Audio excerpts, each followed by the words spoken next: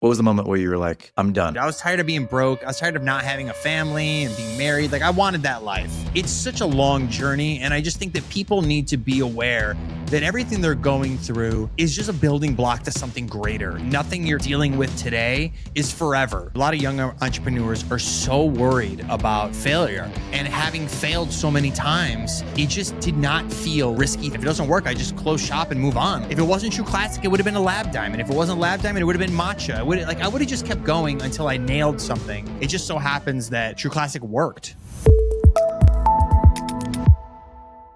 Ryan Bartlett, I am really excited to talk to you today. So for those who don't know, Ryan Bartlett is the founder and CEO of True Classic. If you are a male between the ages of 20 and 50, you have probably seen his ads on Instagram. For these shirts, I'm actually wearing a True Classic shirt right now. Well, thank you for putting that on right before this show. Bro, they're the best fitting shirts. I appreciate it. In the course of like 6 years, Ryan built a brand that has sold over 30 million t-shirts. It's a $1 billion brand, more than $1 billion brand. They've sold millions of dollars worth of merchandise.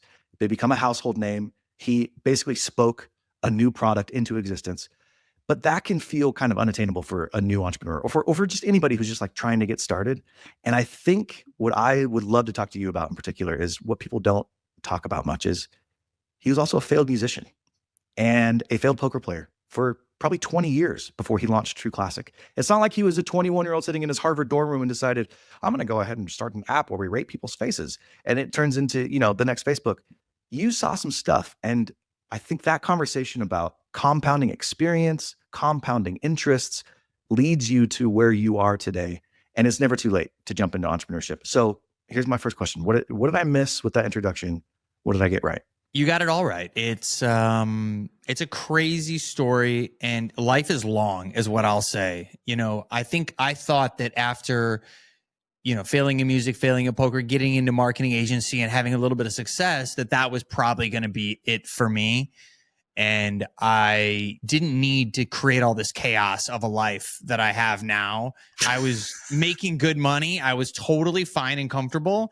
I think I was missing something. I was missing impact. I was missing what am I actually doing for humans out here aside from just making their, dentist office grow a little bit more through my agency. Like that, it just did not feel impactful for me. So we made a post today. You'll see there was a post where an influencer gave a bunch of shirts out to the homeless at scale. And for me, that's why I did this stuff. Ultimately, it was for those moments where you can make an impact on someone's life, or even now, you and me are talking and the audience is going to hear this and it sparks something in somebody to try something. And maybe they had failed most of their life as well. And then finally get the itch to try something because, we made it sound like it was possible for them. So that's what this is all about. How old are you? I'm 43. 43 years old today. Easy to look at you and be like, oh my gosh, $1 billion brand, selling millions of teas a year. Just, I can't even fathom that. Take me back 20 years. What was 23-year-old Ryan doing? Oh my gosh. I was a little bit of a wreck. I mean, I failed out of college because I was just a party animal. Really? I loved partying. I loved being out. I loved being social.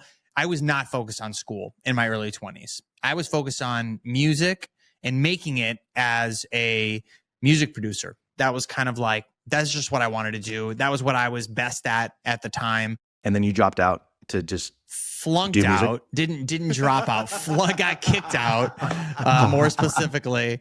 I went back into community college because my parents were like, well, just take a semester off and go to community and then go back to Michigan State. And ironically, they were telling me my whole life I should do business. And, parents are always right in the end. It was everyone else around me that was telling me to do music. It was my friends, my peers, other people that were like, you've got something. You got to go out there and make something. And my parents were like, yeah, music industry is not a great business. I think you are talented, they would say to me, but I just think you're more built for business. So I think you should go into Michigan State and get a business degree. And so that's what I was on my path to do. I started taking these hard math classes and science classes. I got so uninterested. I'm like, this has nothing to do with business, guys. So just to foreshadow, did you ever go back to school? Or did you? I did, yeah. Eventually, so I flunked out And then my parents were like, well, now you're on your own. Now you got to figure it out. You wasted our money. You wasted our time. And now you got to go make something of yourself. And I was like, well, I'm passionate about music. I have talent in music. Why don't I go get an audio engineering degree? And why don't I figure that? Let me start there. And so that was great. And I did end up graduating. I got an associate's, a bachelor's, and a master's in music. So Where'd you go to school? Was that Michigan State you went back to? no, it was a trade school in Orlando, Florida called Full Sail. And Okay. it was very much about the arts. It was music, film, and everything in between, post-production, where you were basically just in a recording studio all day, learning how to run a board, learning how to edit audio, learning how to produce music, learning how to really run top to bottom Pro Tools and all those other systems. So it was fun. So many people who are about to hear this don't know this about me. I went to a performing arts high school. So from grades 7 through 12, I went to a performing arts high school. And much to my dad's chagrin, he'd be like, Nikola, are you not going to try out for the sports teams? I'm like, well, jazz dance is the sports, Dad. He's like, what? Why would you go to such school? But it wasn't college, obviously, but very similar type of classes, right? Recording, music, dance, theater, etc. Did not prepare me for the real world, that's for sure. But you probably actually got prepared for the real world. How long did you stay in the music industry? Because okay, you got those skills. You decide you're going to go be in the music industry. Was it a quick burn, or was it like, no, man, I'm going to do this thing for the next 10 years? It was about a decade. Really? Unfortunately, looking back, I burned about a decade. Working at recording studios, working as a session musician, working with artists. Once I got into LA, I finally did get a job with like a big music producer, but like he was not a great guy. He didn't treat anyone really well on his team, and we all kind of suffered for it. And it turned me off the music industry. And, luckily I needed to be turned off to like finally look at like, what are my other options? Because I just don't think the business of music is going to be it for me. Even though I love making it, it doesn't mean I need to actually make money from it. And that took me a long time to like come to, terms with. But how much money were you making? oh God, dude, this was a while ago. So like $35K a year. What year was that? This was 2009. I was like a taxi driver. I literally would just like pick him up and drive around all day, go to recording studios, sit in there, hate my life, go get food for people. And it was not a fun job and not glamorous at all. What was the moment where you were like, I'm done? How old were you? Do you remember? Was it a moment, or was it a like progression? No, it was like 2010-ish. I had just burned through so many years of doing it. I was finally just in a place where I was growing up, and I'm like, I have got to get my shit together. Like, I cannot be this living with 3 guys in a house musician guy anymore, partying in the week. Like, I was just tired of it, dude. I was tired of being broke. I was tired of not having a family and being married. Like, I wanted that life. Where did you live? Culver City. Culver City. You ever heard of Musicians Institute? Yeah. It's right there in North Hollywood.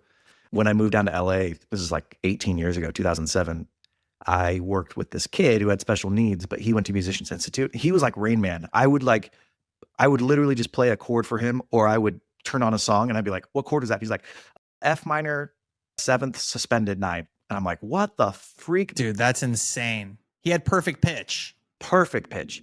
And he could hear one song one time and sit down and he's just start playing it at the piano. Dude, my stepmom is that way. She's a professional harpist. She was in the Pittsburgh Symphony and like unbelievable musician. And she could literally, you would play a note and she could play it on the piano. Like she has perfect pitch as well, and could just sit down and play it out. Like, even though she's not really a piano player, she would just hear it and just instantly go down and just start being able to play the whole song from just the top of her head. It was insane. I do want to come back to the musician point in your life, because I think that there's going to be a nice thread that we can pull on. But you're 30 and you're like, I'm done, dude. I don't want to be that guy anymore. It's funny to hear you say that, because you're like, I wanted a wife, I wanted a family, I wanted to be about that life. But then you got into poker?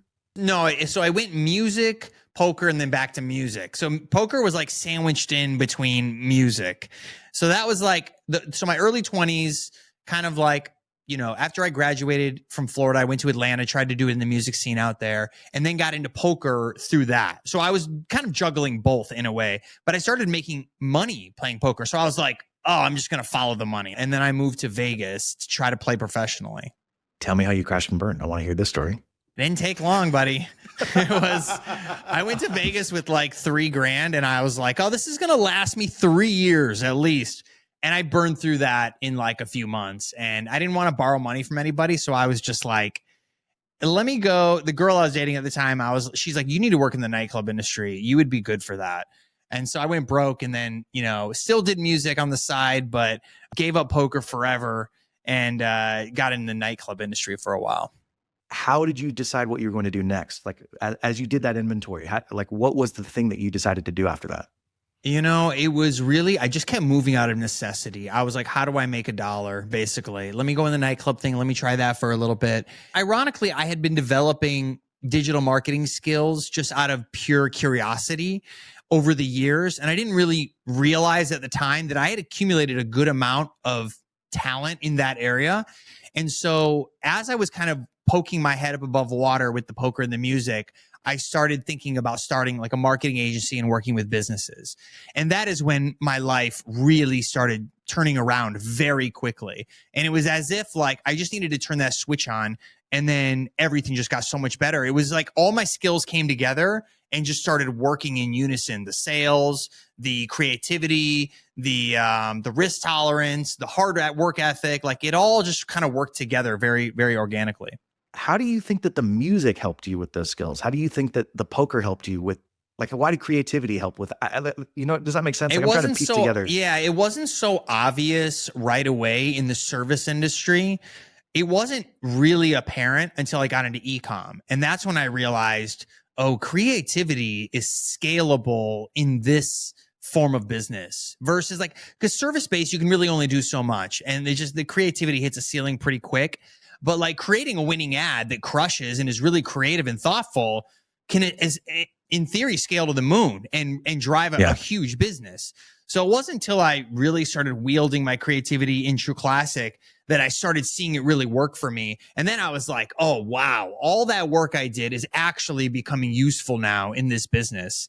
And it really paid massive dividends. That's a really interesting application, because basically when you look at many businesses now, there's product and distribution, and distribution is really king.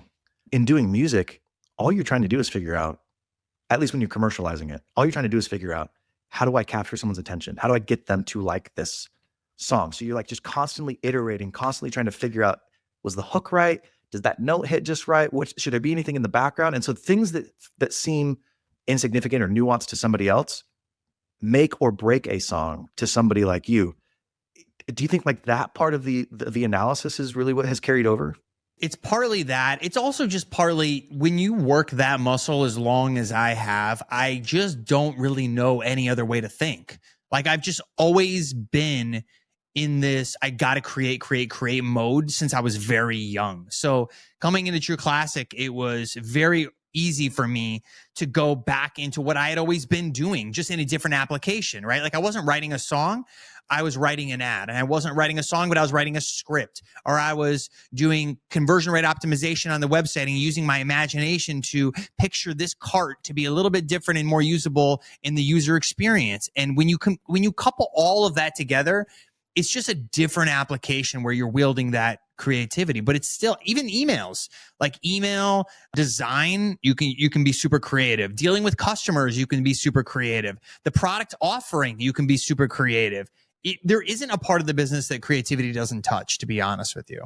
I talk to people about this sometimes, because in entrepreneurship, I think if you're going to get into entrepreneurship, pick something that you like and are interested in, something you're good at, and something the world will pay you for, right? And so like, what are you passionate about? And sometimes we poo-poo that. We're like, well, what are you passionate about? I'm passionate about whatever, X, Y, and Z. But my opinion is like, I love music. Was I passionate about music? If I really drilled down to it, I'm probably passionate about collaborating with other people, being creative, figuring out a way to communicate something that resonates with another individual in a way that nobody's ever done before. Like those are the attributes that I'm really interested in. So it's not so much, oh, I got to figure out how to make money with music. No, it's I got to figure out how to make money with the attributes that I really enjoyed within music and apply them in a space that nobody else is doing this stuff in. But that is a very hard conclusion to come to for most people. So what you just said is a lifelong journey, I've realized. Yeah. Like, it's so easy to say that now where we are sitting, but like when you look back at when you're young, you're just trying to do what you like. And everyone tells you to follow your dreams and follow what you're good at. And you try to do that, right? But like what you don't realize in the moment is that you're just setting yourself up for what is actually next and what you're actually supposed to be doing. So everything in your 20s, largely for most people, is a complete waste. Like almost nobody I know that was doing stuff in their 20s is now doing that as an adult. Like they went through a phase, they did a thing. It's like the guys I know who got law degrees got in that field and then got out of it almost immediately because they realized they didn't really want that, right? Like but then later in life, they were a general counsel somewhere, or they used that lawyer skills to help negotiate contracts for somewhere else. And then that led them to the next thing. So it's such a long journey. And I just think that people need to be aware that everything they're going through is just a building block to something greater, and that nothing you're kind of dealing with today is forever. Like you just got to know that you're building something, and it may not be super obvious right now, but just keep building whatever it is that feels right to you and just keep developing. And eventually it'll all make sense in the big scheme of things. I think we might be similar in the sense that you were kind of just head down, building. One thing led to another. You launched the agency. Was there a moment though where you finally had some breathing room? Maybe you were making enough money to pick your head up and say, these are the things I like. This is what I'm good at. What do I want to do next? How can I apply these skills? That's after you get all the things. So I got the house, I got the family, I got the kids, I got the cars, I got the whole thing after about, 6 or 7 years of True Classic, low 7 figures a year business. I mean, I finally got all the things I wanted. And then to your point, you start looking around going, well, what now? Like I thought that was the thing that was going to really make me happy. And listen, my kids and my family ultimately do make me the happiest, but I still was missing that impact component. And that's when I started thinking about e-commerce, and True Classic just happened to be kind of the vehicle to get me there. Your agency, what was it exactly? Just digital marketing? It was digital marketing, but it was really SEO first and paid media and AdWords. So were you doing any of the creative, or were you just doing? Yeah.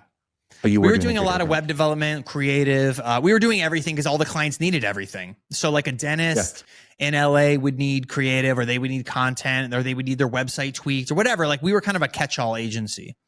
You started True Classic in 2019. What was the agency doing in 2018? Like how much money was it generating? What were you taking home? Like low 7 figures a year, like probably, like 100 grand a month, like in retainers.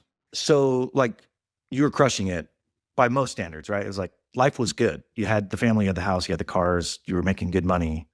What was the moment where you felt like, I think I should do something else? Like I need to take another big swing. Honestly, it was just like this feeling of it's just like I'm not doing enough for the world. I don't know what that is, and I don't know why. It was very much just like I never felt satisfied. I never felt like what I was doing was enough. I had this emptiness of like, yeah, I'm making money, and yeah, my kids are growing up, and yeah, I'm building these other people's businesses to be a little bit bigger.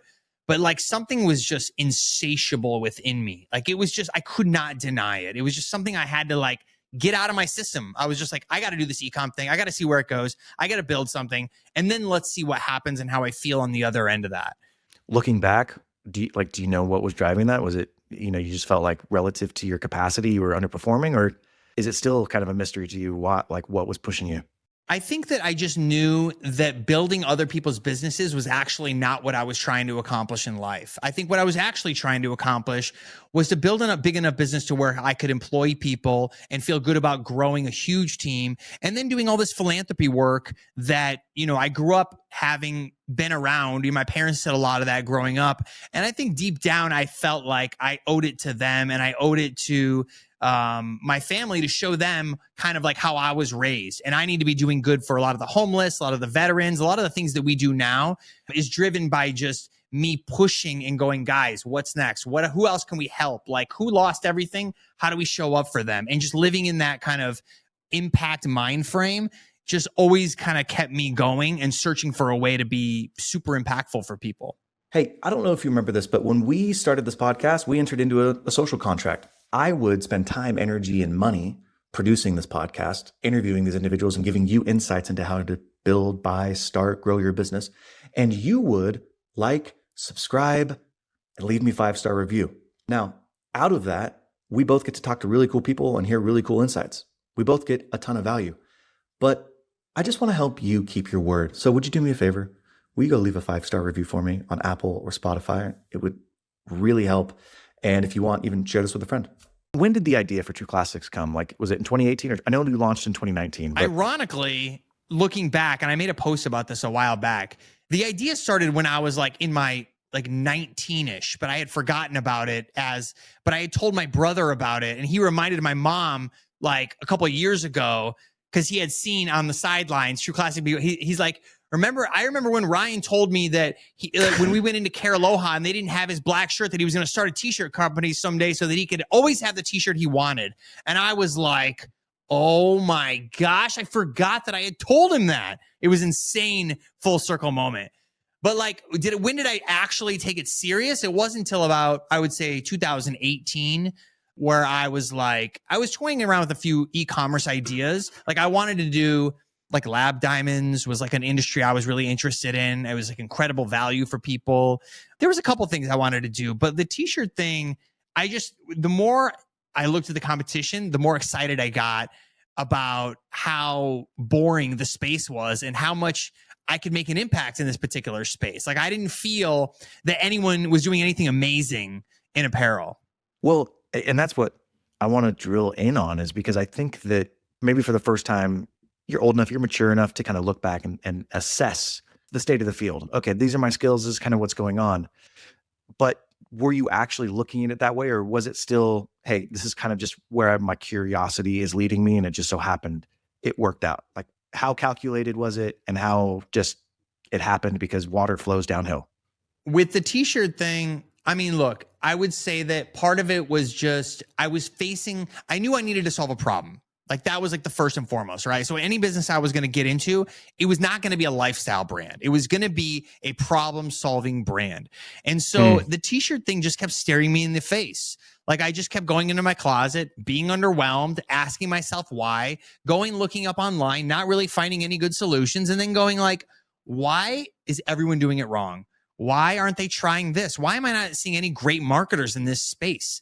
Like, I bet you if I enter this space, I'll make such an impact so quick because it's so boring and so archaic.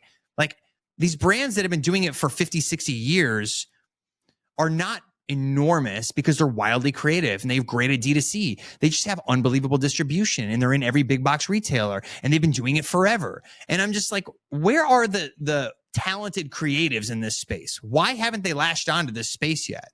And so that's kind of where it started. Okay. I love that framing of it because it's like you identified a problem, which is these shirts don't fit very well. I think I heard you talking about it. You're 6'2" and like 175? Yeah. Okay. I'm a little heavier than you. I'm like 185, but I'm 6'2" as well. And like, I just always had a problem with shirts. Either the sleeves were too short or like the bottoms wasn't long enough for the top. When you were doing the research, were there really no companies or were they just not marketed? Okay. So I'll tell you where they were missing. What you just described wasn't being talked about. And now there's like a million companies who try to do a version of True Classic. But when I started this, no one was talking about fit like that. Like nobody. So I was basically just like, yes, it's underwhelming. Yes, people are creating solutions, but they're definitely not talking about it the way I want to talk about it. And they're not getting super narrow and precise, which I think was really the key to getting people to focus on who we are and what we stand for. So like solving the three problems of number one, fit being like the biggest problem, feel the comfortability of just everyday clothing, and then price being this like, I want to make a premium garment at a reasonable price. Instead of charging $100 a shirt, I want to charge like $15 or whatever it was. And that was really the three things that I was trying to solve in the market, and no one was nailing it. Like as a consumer, you knew that there was a problem. You did a little bit of research. You saw some of these companies. And then as the business guy who literally had a digital agency, obviously you have the music experience as well. You're like, nobody is marketing this. It just was kind of the meeting of the two. No one's isolating the actual problems and talking about it, which actually is really good news for literally anyone starting any product. Was if you look at an industry and you look at a vertical and you feel very underwhelmed, that means there is unbelievable white space for you to go off and do something amazing. Now that takes vision. It definitely takes a certain amount of real confidence to execute on that vision. And that was what I had built into me from all those years of doing so many things. So it's just the perfect storm of like vision, opportunity, seeing a white space, and then me having enough confidence and a little bit of crazy to go like, am I really going to like start a t-shirt brand in this day and age? Like I told my wife this idea and she was just like, there's got to be something else. Like you're not really going to try to sell like plain t-shirts, right? Like this isn't. And I'm just like, no, you don't understand. Like these guys are dinosaurs. Like they're underdoing it. I'm telling you, I'm going to make a lot of swings at this, and it's going to make waves, and I'm going to show you. And that's exactly what happened. That's funny. My wife would have been like, are we still making $100,000 a month with the agency? Yeah. Yeah, exactly. Okay, whatever. Do whatever you want to do. Have you heard, I'm sure you've heard of the fat pitch philosophy from Warren Buffett. He got it from Ted Williams. Ted Williams is one of the greatest hitters of all time. Are you a big baseball fan or not so much? I used to be when I was young. Yeah. Okay. So the crazy thing about baseball is that to be a Hall of Famer, basically you got to hit the ball 30% of the time. 30%, 3 times out of 10, and all of a sudden you're a Hall of Famer. That's how hard it is to hit a ball in baseball. Well, Ted Williams, he played probably 80 years ago. He had a couple seasons where he hit the ball 40% of the time, 4 times out of 10. It's crazy. Wow. And he would talk about this thing where he broke down the strike zone into 27 different sections, and he knew exactly where his fat pitches were. Yes, the ball would be in the strike zone, and it was technically hittable for him, but it wasn't his fat pitch. There was a certain area where he had a much higher percentage chance of hitting the ball. And so he'd sit and he'd wait on those pitches until it hit the hit zone, and obviously he'd take a hit. Warren Buffett has taken that, and he's like, we at Berkshire wait for our fat pitches. We're not just like placing a million bets on a million things. We know what we know, and when we see an opportunity, we go big. And I love that philosophy because I think that for many of us, there's a couple times in our life where there's a fat pitch and we got to make a decision. Knowing everything that I know, I have an unfair advantage. I think I see the future. I'm going to go ahead and make a bet on this. And the question is just whether or not you're willing to bet big. And for you, it sounds like you're like, I think this is a fat pitch. It was, but I also felt like even if it doesn't work, so what? And I think that a lot of people I talk to, a lot of young entrepreneurs are so worried about failure. And having failed so many times, it just did not feel like it was such a risky thing for me to try to build a t-shirt brand. If it doesn't work, I just close shop and move on. Like I didn't care. I was just like, I'll move to the next thing, right? It would have been, if it wasn't True Classic, it would have been a Lab Diamond. If it wasn't Lab Diamond, it would have been Matcha. I would have just kept going until I nailed something. It just so happens that True Classic worked. Sure. There is a component of business to where it's like you can go into a million things, but knowing what to focus on is truly very important. And I was passionate about this particular space. I also did my homework, right? So for anybody listening that is in that like I could do anything mode, yes, you can technically, but you have to do something that you actually want to bleed your eyes out doing every day for years and years and years, or you will absolutely not make it. You have to love providing real value in the form of some product that you can stand behind. It can't just be like, I saw Mr. Beast make chocolate bars, I want to make chocolate bars. It just can't be that, because you'll get so tired of chocolate after 6 months that you'll never want to look at it again because it'll be such a difficult business. So like I was willing to play the long game on clothing to try to make it work because I loved it that much. But a lot of it, again, goes back to like when you say the 40%, doing my homework got me to that 40% where I knew it was higher than 40. It was like 80 to 90. That was what I was swinging on to get there because I did so much work and research and just every night on my phone talking to apparel people or going into Facebook groups or going onto Amazon and validating product options. And like, I was obsessed with learning. And I think that is a big part that people don't talk a lot about. Yeah. I think the curiosity piece is massive. It's huge. I'm just curious. Did you ever struggle with like, man, what am I doing? Oh, I wasted so much time. Because you could easily look back on 10 years wasted, music, poker, whatever.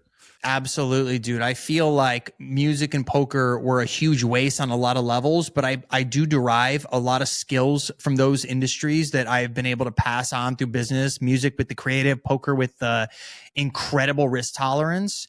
I mean, we take bets here on product inventory to the tune of tens of millions of dollars on a whim in a boardroom in a 30-minute meeting. So like, if I didn't have so much at stake in poker in the early days and I was able to put my rent on the line today, I would not feel comfortable making those bets. But it's just, I have a lot of grit and determination and will to bet on myself and the upside that it just feels normal for me to take bets at this point. Looking back though, do you look at it now and you're like, okay, yep, it's a good thing that I had those experiences? It is now. That's what I was going to say, is like close to it, or even like during it, were you beating yourself up? Were you like, I'm such a moron? Or did you move on pretty quickly? I did move on, but like, I think at the time you reflect on how much time wasted there was. And man, I wish, like when I talk to guys that are young and they're crushing it, I'm just like so jealous. I'm like, oh my God, like, because I punted my 20s. So I'm just like, you're already this far along in your mid 20s, dude. You're going to absolutely crush it by your mid 30s. Like it wasn't until my like early to mid 30s that I started crushing it. So, but I also didn't beat myself up about it too much. I was just like, I was always an eternal optimist. So I'm just like, chalk it up to a few failures, but we'll figure it out eventually. I don't know. Maybe this is me just making myself feel better. I think life's about finding leverage points where you can bet really big. And some people find those leverage points in their 20s. And some people find them, when they're 40 and they launch a business. And the timing sucks. Yeah, I'd love to have found those leverage points earlier. But also, frankly, for me, I wouldn't have been able to take advantage of some of those leverage points in my 20s because I didn't have the maturity. I didn't have the dexterity or the knowledge to actually take advantage of them. So as much as I would have loved to be killing it, I just wouldn't have been killing it, which is hard to say sometimes. I wish I could say that differently. I think leverage is an interesting game that you bring up because even at this level, 6 years in, I am constantly trying to create leverage for myself. And so is Ben. Like we're one of my executives, like that is the full game at our level, is like, how do you create leverage and get your time back so that you can focus on the things that really matter? Like I want to focus more on philanthropy. I want to focus more on making people feel good, making people look good, helping with initiatives that help the company or help, homeless people or whatever it is. Like I want to do the stuff that I want to do, not the stuff that the business demands of me. Because man, does it really demand every second of my attention. Let me step back. How quickly did you get to hundreds of millions of dollars in revenue a year? 2 years. Okay. I'm going to say that's because of your genius. Is that fair? It's partly. I hate giving myself all the credit, but no, what I would say is like part of it is I had amazing co-founders. That truly is part of the luck factor here, is like I had great co-founders that believed in me, who were willing to not step on my toes and just let me be me and do what I do and not fight back on things, but actually be real leverage for me in spots that I'm deficient in. So like Matt, for instance, was like the CFO, finance, M&A guy. Nick was like the apparel manufacturing, knows how to talk to that world and bring my apparel vision to life guy. And the three of our trifecta DNA just played the absolute perfect full circle picture of what it took to really build this business. So yeah, said a different way, I would say you played your role to perfection, right? It's like you were Steph Curry on the Warriors. You needed to just shoot threes, and you but I played that needed role. Draymond and I needed Klay Thompson. Like I had to have those guys to make it all work. When did you get to the point where you're like, you know what? I know that my native genius got us here, but now I need to kind of pivot out. Yeah. Right after we hit 100 million. So basically right after year 2, we hit 100 million and I was like, okay, it's getting too big now. And I'm uncomfortable managing this size of a team. I never dealt with like HR and like all this other bullshit that came along with business. I had to just like figure out on the fly. And also just like scalability issues that I had never encountered or dealt with, and 3PLs going out of business. And I mean, you name it, dude, there was like a million fires. Even to this day, we have a million fires. But it wasn't until I brought Ben on, who's our current CEO, that he created unbelievable leverage for me. And he was a version of me, but even more intelligent and just like could figure any, he was like a, UCLA grad, business grad. Like the guy he worked at Meta, like uber smart. Like he's always the smartest guy in the room. And that is what it takes to create leverage. You got to find those people. And then you have to also convince them to come aboard and see the vision that you see. Because he had a really cushy life. He didn't need to come to this, fire startup where everything's just chaotic. It's like a zoo here, man. It's just wild animals running around in the office like every day. It's just nuts. Oh my gosh. Dude, that's the thing. Whether it's $100 million company or a $5 million business, as you grow, you hit new inflection points. And it's like, okay, at $250,000 in revenue, my skill set was amazing. At $1 million in revenue, I don't know what the freak I'm doing. I got to bring other people in. Was it hard for you to recognize that? Or was it pretty obvious? Like, no, it wasn't hard because I was drowning and I was just like, I have super high awareness of what my capacity is and what my ceiling is talent wise. I knew that I would always be good for this company in the creative aspect. Like I still, to this day, I can out creative just about anybody. Like, it's just like my thing. Like that's what I'm really good at. Not so good at ops, not so good at finance, not so good at many parts of this business. But what I am good at, I'm the best at. And that is why I'm still kind of useful to this company. But I would say that like in the early days, we had just a lot of scrappy entrepreneurs. Like everyone that worked for us was like a multifaceted jack of all trades kind of guy. And that worked really well in the early years because everyone was doing the job of like 5 to 10 people. Now you need like absolute specialists in everything that you do. Like you need a real CFO, not like a guy who knows finance and accounting a little bit, right? Like it needs to be really focused. So that's a big transition everyone's got to make though. Have you found that transition hard? Because what I've noticed, I've done it a couple of times with businesses that have scaled. The people that you hire to go from, let's say, 0 to 50 or 0 to 100 million, they're not the same people who I would hire. Completely different. Completely different. Hard sometimes because either they leave because they're not happy anymore, or you've got to let them go because like the team is suffering. But that's freaking hard because they were there in the beginning. It's the hardest part of it. There's no question, and I think you know this, that the people component to business is always the harder part of business. I actually think business is wildly easy. I think it's complex, but the challenges are always wildly easy to solve in the big scheme of things. There's just nothing. Ben and I always say that there's just like nothing we can't figure out, and we always do, even when things seem stacked up against us and there doesn't seem to be a way out, we find a way out. But I would say people are so unbelievably complex and they're going through their own journeys that you know nothing about. And then one day they just up and quit. And then you find out later that they were so in their head about something and that wasn't even reality. They just were in their head about it. They didn't bother to reach out and they were stewing on it. And then they just gave up and quit. And so, I guess you learn to touch base more with people and find out where they are in their current journey. And that helps you get to the truth of where they're actually at versus where you think they're at. Because people play a game, right? They act like everything's fine. And then one day they're just gone. And then you look back and you're like, damn, what could I have done? Like they didn't actually need to go anywhere. I would have actually promoted them. I would have given them more money, more opportunity. I would have given them everything. But they were just like, oh, there's no more upside here. So I'm capped on the ceiling here. So I got to go find something else. But it's very difficult. I've done it a couple of times and I hate it where like I find out somebody was like, oh, I thought you didn't want me here. But like we'll like reconnect a year later or something. And I'll be like, dude, no, it hurt my feelings. Like I really, you were here from the beginning and I enjoy working with you. What did I do wrong? Like, I feel like I screwed up a relationship that I had actually found really valuable, but you don't have time to like sit and stew and figure that out. You got to move on to the next thing because there's another fire the next day. It's kind of it's the hard part about scaling hyper fast. Like, yeah. And if you have a lot of people, how can you possibly sit there and talk to every single one of them every single day? Like it's quite literally almost impossible. You can touch base very quickly, but like if you don't sit there for real extended time periods, you're never going to get to the actual root of where they're at. And that takes really detailed questions. It takes a lot of them opening up, and no one's going to just sit on a 5-minute huddle and open up like really quickly off the top of their head about what's really happening deep down. Like it just doesn't work that way. Right. So you're right. It's a difficult journey though.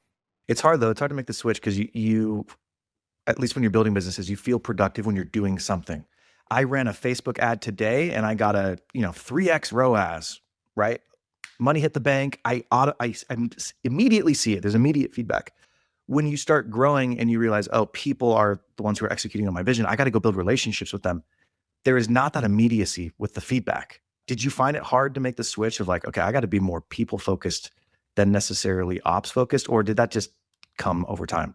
I would say it came over time. I also learned the hard way, like you, where like people would leave and then you'd find out why, and you'd realize in hindsight that like I just didn't do enough to communicate, and that so much of my job really needs to be that, even though I do need to actually solve problems for the business because there's so many problems. So it's just this constant juggling of people's feelings, what you can help them do in life, but then also like the business is a machine that I just have to adhere to. I have to give it my attention as well. Yeah. So you need to find other really great managers that can do that job for you, I think is really the punchline. And now we do have those people who can help soften and figure out where that person is without me actually having to be the one to get it out of them. Are you continuing to focus on the stuff that you feel like is your native genius? Like, are you focusing a lot on the marketing, creative, branding? Yeah, I would say that it changes. Like there's some weeks where I am heads down trying to solve a really tough problem. And there's other weeks where I'm just like making content all week and it's like amazing. So it just ebbs and flows with the state of the business. If you could go back to you, 20-year-old Ryan, or let's say 25-year-old Ryan, who's just like in the middle of it, what advice would you give yourself? I would have told myself that I don't need to make music. I don't need to make money from music, and I don't need to make money from poker. I can do both of those things and just have them be fun hobbies. And I don't have to do it for a living to actually make a living. I can be completely fulfilled doing something else, making money, something being an entrepreneur or a business. And it would have started me a lot sooner than later. It would have saved a lot of time and energy. But then in hindsight, it did help develop those muscles that got me here in the first place. So it's hard to say like, would I have changed anything? Probably not. Would it have been nice to maybe take a few years off of each of those industries and give back to the business? Probably. Yeah. When I talk to people, sometimes they're like, I would have told myself to not be so hard on myself. Go easier. You're going to be fine. I'm always like, well, did you end up being fine because you were hard on yourself? I'm not saying like sit in your closet and be like, you stupid idiot, you're the worst person I've ever, like, yeah, don't do that stuff. But you kind of needed that fire to get to the next level. What advice would you give to a 30-year-old, 35-year-old, 40-year-old who is sitting there thinking, gosh, what have I done? Like, I have some skills. Yeah. I didn't really leave my dent in the universe. I didn't really leave my mark. What am I going to do? I think that there's a couple things going for people that are in that age range with what we have in our day and age, which is like this unbelievable technology and AI and all these things that are evolving very quickly to help businesses get more visibility and do a lot better, a lot easier. I mean, just to live in a time where we have the ability to leverage Facebook ads is 1 in a trillion. Like there's no true classic without Facebook ads. I'm happy to admit that like there is a certain amount of luck that I lived through the years of Zuckerberg, and a lot of businesses, from the 90s and below just didn't, and they didn't have that luxury. So, that I'm very thankful for. But what I would say is that, you don't need a lot of money to start something these days. That's the great news. You have an unbelievable distribution engine like Facebook that you can test things on at a very small scale for not a lot of money. I mean, you can start drop shipping items and flip a few products for a few $100 very quickly and easily and turn a profit on little to no effort, on literally a few $100, on literally just some elbow grease, getting some products in a Shopify store, connecting the right apps, having everything kind of working for you. That's provided you've done the research to know how to set it all up correctly. The white space is endless for starting something. I think people just get in their heads about, I got to have the perfect plan in place to get it, or it's going to fail. And it's like, yeah, so what? Then what? Then you do it again and you try something else and then you fail again. So what? Then you move on again and you just keep going and going and going. But people are stuck in this mindset of like, I got to get it right the first time or I'm dead. And then I just instantly die. The end. I can never do anything again. It's like, dude, life is long. You have a long time to figure this out. And you don't have to do a product for like 50 years. You can try it for like 2 or 3 months, see how it goes. What did you learn? Did it grow at all? If not, kill it. Try something else, right? So like nothing is final. I get this like attitude from people that like, if I do this thing, it's the end of me if it doesn't work. And it's like, my God, dude, it's not that serious. Yeah, and it's almost like the failure. Let's say you do something and you fail. It kind of sets you free because you realize, oh, that's what I was worried about. The world didn't come crashing down on me. It I can do this just again. went away. Right. Dude, I love that. I love that. That's what drop shipping is good for. Honestly, if there's one thing I would leave people with, it's that if you learn drop shipping and you learn that a product doesn't work, you move on to the next product. And then if that doesn't work, you move on to the next, and you just keep going till you find a winner. And then you scale a winner, and it makes you realize that I actually had to fail 12 times to get to the 13th winner, right? And business is exactly the same way. Now, hopefully you don't have to fail 12 businesses to get to the 13th business, but you may have to, eat a few businesses, 3 or 4 or even 5 before you get to your scalable e-com company that gets you to where you want to be. Well, and it's building the muscle. It's just, you're building like muscle memory on identifying, oh, this product works, this doesn't work. Oh, this marketing creative works, this marketing creative doesn't work. How I treat people this way works, how I treat people that way doesn't work. Like every single experience can be a muscle building experience. And it's easy to say looking back on that. Right. But I just am like encouraging you that if you're in the thick of it right now and you feel like, what the frick am I even doing? Everything is compounding. And there will be a point in your life where you can take a fat swing, and you're not only just going to get one fat swing, you'll get multiple fat swings. The trick is don't die.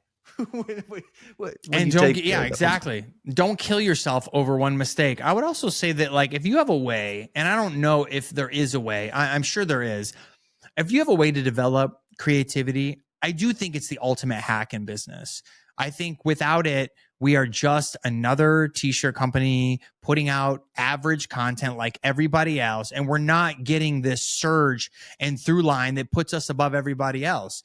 If you have a way to develop that creativity, I think you'll look back and realize how unbelievable of a superpower it actually is in business, not just with product innovation or creativity, but how you deal with people, how you show up in meetings, how you find solutions in a room of people that, I sit in these rooms sometime with these people who are all smarter than me. And somehow, some way, I'm able to navigate out of a situation quicker than all of them, because creativity leads you to the real answer, not what the smartest answer in the room actually is. Right. And I know my strengths, but I also know that creativity breaks through all the noise and all the intelligence, hands down. And it has gotten me some unbelievable solutions that none of these smart people could have thought of, because they were so stuck in what they thought the answer was. They weren't able to paint outside the lines. And man, that painting outside the lines is truly the real intelligence you need to seek. I absolutely think creativity can be developed. Jerry Seinfeld talks about this a lot, where he sits and writes every single day. That's a part of his process. He writes whether he feels like it. He writes whether he doesn't feel like it. It's every single day. And so, is there probably some level or some degree of innate creativity that some people have more than others? Sure. Just like there's going to be people like LeBron James who can just jump out of the gym. Just freaks. Yeah, that are just freaks. But then there's going to be other guys who are like, I'm going like way in my sports bag here. Bruce Bowen, they're not freaks. They just worked at their craft every single day, and they tried and they got in and they figured out how to do something that was replicable. I think that creativity is very similar to that. There is definitely some innate creativity that you just either have or you don't, but you can develop the muscle. You can understand, what is it about this phrasing that people like? How do I say something that captures attention but doesn't close the loop so that someone is actually willing to click to figure out what's on the other end of that ad creative? There are definitely tricks and tactics that you can do. It just takes work. It's just work. By the way, have you been playing with Sora at all? Oh yeah. I am obsessed. It's ridiculous, dude. I think I have 700 Soras in my draft folder. Like, I just sit in my bed at night now and I don't scroll anymore. I just create Sora videos nonstop for like, are they in your draft folder? Hours. Because you're like, I can't like be that guy who's releasing. No, I don't 700. care about that. I don't care about that. You know what it is like, Sora is one of those things where you have to do 10 to 15 iterations before you get a really good one. So I'll prompt it. I'll get like a B- version, and then I'll prompt it again and I'll get to a B, and I'll have to keep prompting it until I get to the A, because it's not a perfect system. It's wildly better than VO3 though. I will say that. but it has been such a game changer. I just don't think people really realize what's happening with Sora just yet, but it is mind-blowingly amazing. What are you using it for? Like, what do you have 700 drafts for? So right now, I'm just using it for organic content on Instagram. Like, I'm just creating posts that are funny, and I just put them out. And I just put them out on Instagram, and people laugh and say, this is hilarious. And that's it. That's it. It's just purely entertainment purposes. I don't need to make an ad. Yeah, I don't need to sell anything. I don't care about that. But yes, you can build ads with them.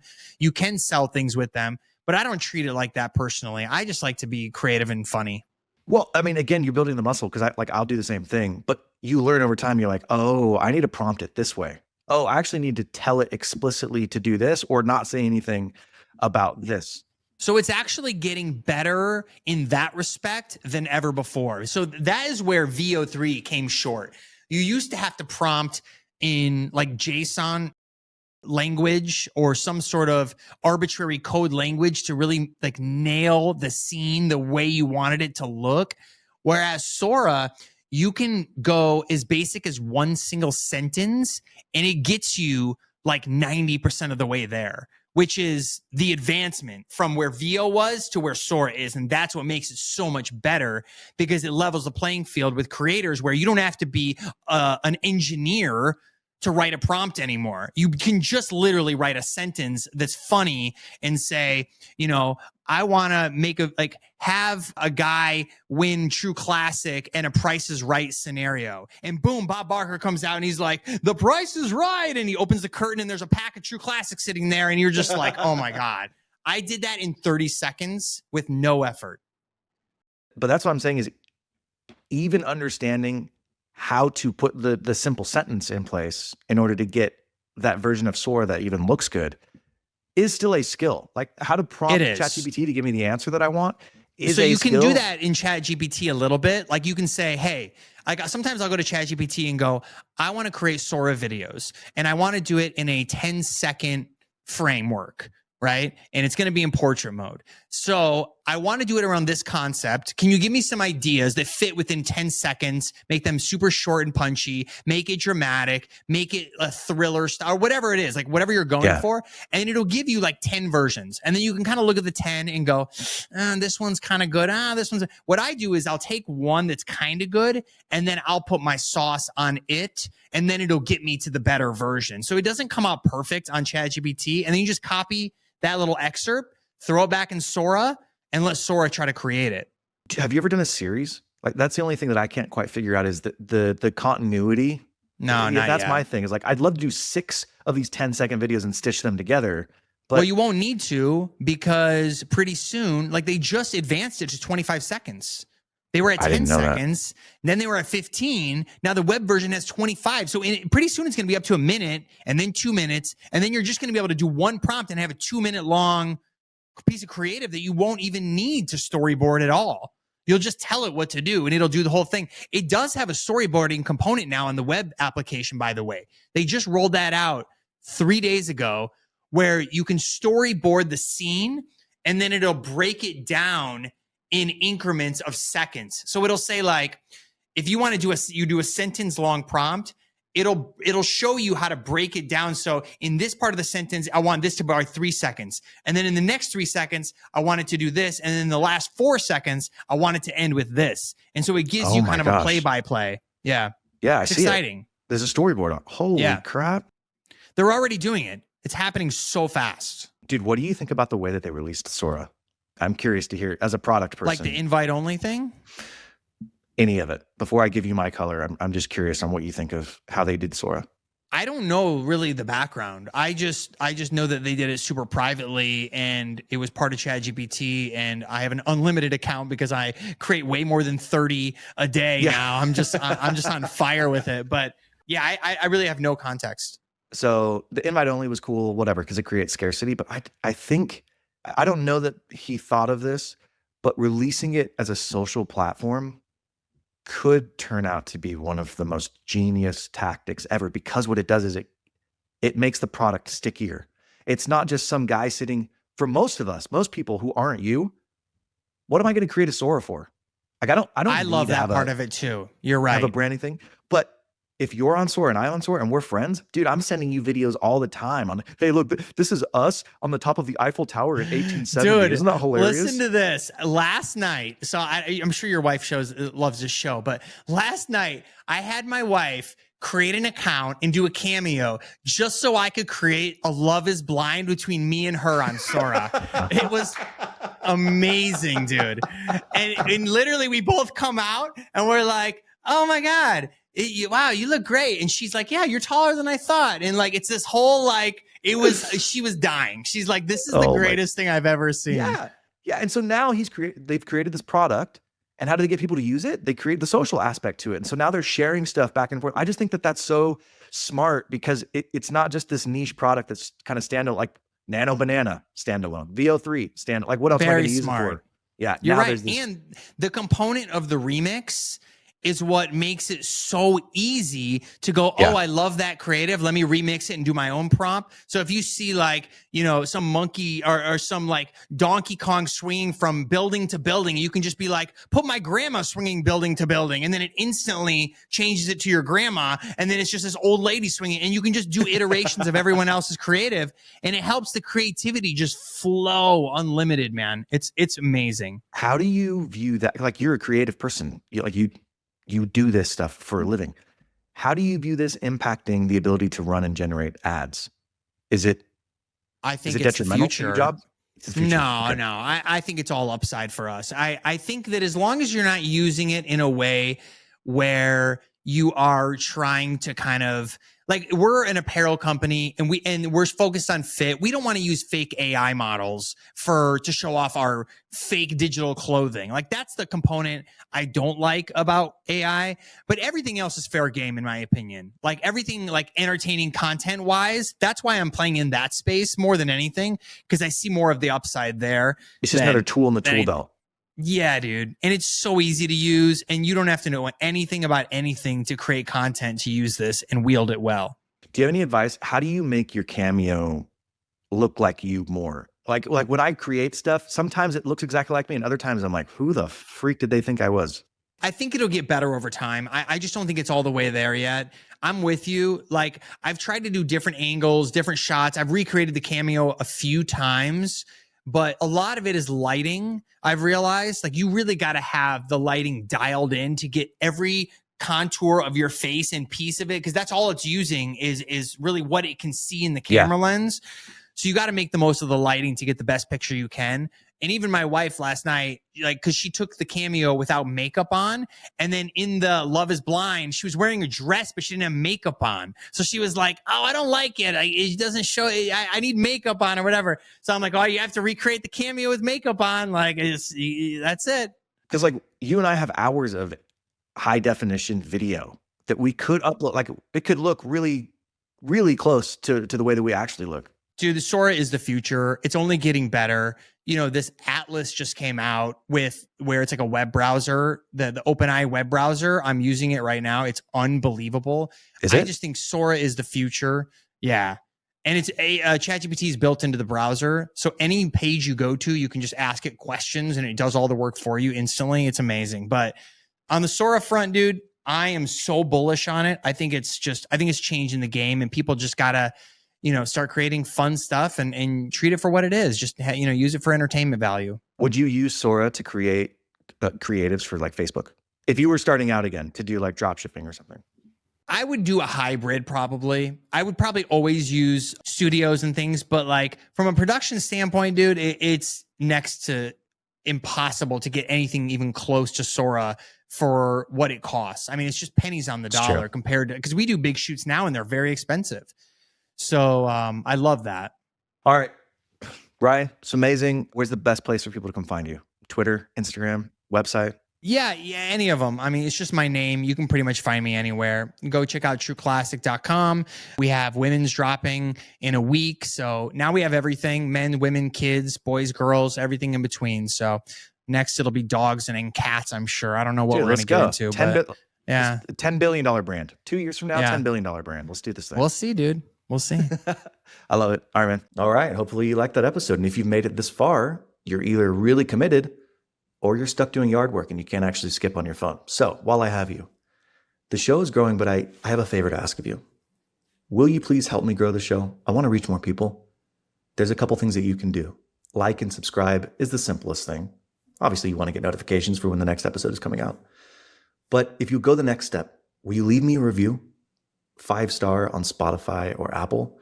What that does is it tells the algorithm that, oh, hey, this is a high value podcast because more people are leaving reviews for it, and it then pushes it out to more people. So that's why when people are like, will you like and subscribe and put a 5-star rating? It's not just to make themselves feel better. It's actually to get more exposure for the show. So if you do that for me, I would greatly appreciate it. And I'll see you next time.